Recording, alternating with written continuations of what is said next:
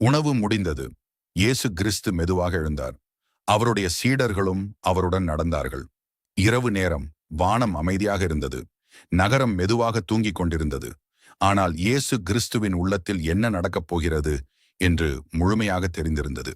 அவர் சீடர்களுடன் கெத்சேமனே என்ற தோட்டத்துக்குள் சென்றார். அங்கே அவர் அவர்களை நோக்கி மெதுவாகச் சொன்னார், நீங்கள் இங்கே விழித்திருந்து ஜெபியுங்கள்.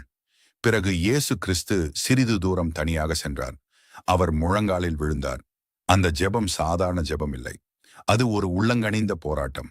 பிதாவே, சாத்தியமானால் இந்த பாதை என்னை விட்டு நீங்கட்டும். சிறிய அமைதி. ஆனால் என் சித்தம் அல்ல, உங்கள் சித்தமே நடக்கட்டும். இயேசு கிறிஸ்து துன்பத்தை பார்த்து பயந்து ஓடவில்லை. அவர் கீழ்ப்படிதலை தேர்ந்தெடுத்தார். அந்த நேரத்தில் தொலைவில் விளக்குகளின் ஒளி தெரிந்தது. அமைதியான இரவில் காலடி சத்தம் கேட்டது. யூதா முன்னிலையில் வந்தார். அவருடன் ஆயுதங்கள் ஏந்திய படையினர். இயேசு கிறிஸ்து அவர்களை பார்த்தார். அவர் மறைந்து கொள்ளவில்லை. யூதா அவரிடம் நெருங்கினார். ரபி என்று சொல்லி அவருக்கு முத்தம் கொடுத்தார். அது பாசத்தின் முத்தம் இல்லை, அது அடையாளம் காட்டும் முத்தம்.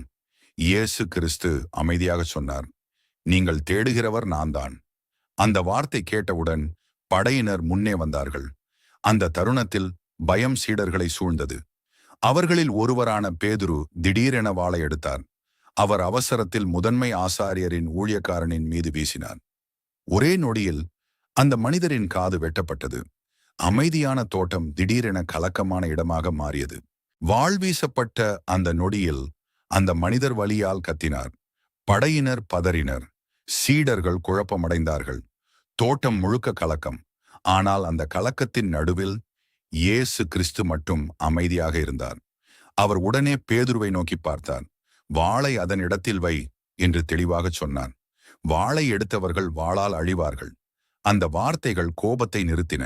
அந்த குரல் பயத்தை அமைதியாக்கியது. பிறகு இயேசு கிறிஸ்து காயமடைந்த மனிதரிடம் திரும்பினார். அவர் எதிரி. அவர் கைது செய்ய வந்தவர். அவர் ஆயுதம் ஏந்திய கூட்டத்தில் இருந்தவர். ஆனால் இயேசு கிறிஸ்துவின் கண்களில் வெறுப்பு இல்லை. அவர் முன் வந்து அந்த மனிதரின் காயத்தை தொட்டார். ஒரு நொடியில் காது மீண்டும் சீரானது. இரத்தம் நின்றது. வலி மறைந்தது. அந்த இரவில் அவரை பிடிக்க வந்தவரே அவரால் குணமாக்கப்பட்டார். இது கடைசி அற்புதம். சிலுவைக்கு செல்லும் முன் இயேசு கிறிஸ்து செய்த கடைசி சுகப்படுத்துதல். அவர் ஓடவில்லை, அவர் போராடவில்லை, அவர் குணமாக்கினார்.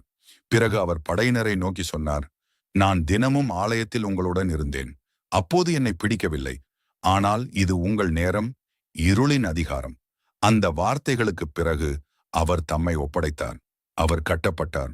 ஆனால் அவருடைய அதிகாரம் குறையவில்லை. அவர் கைதானார். ஆனால் அவர் தோற்கவில்லை.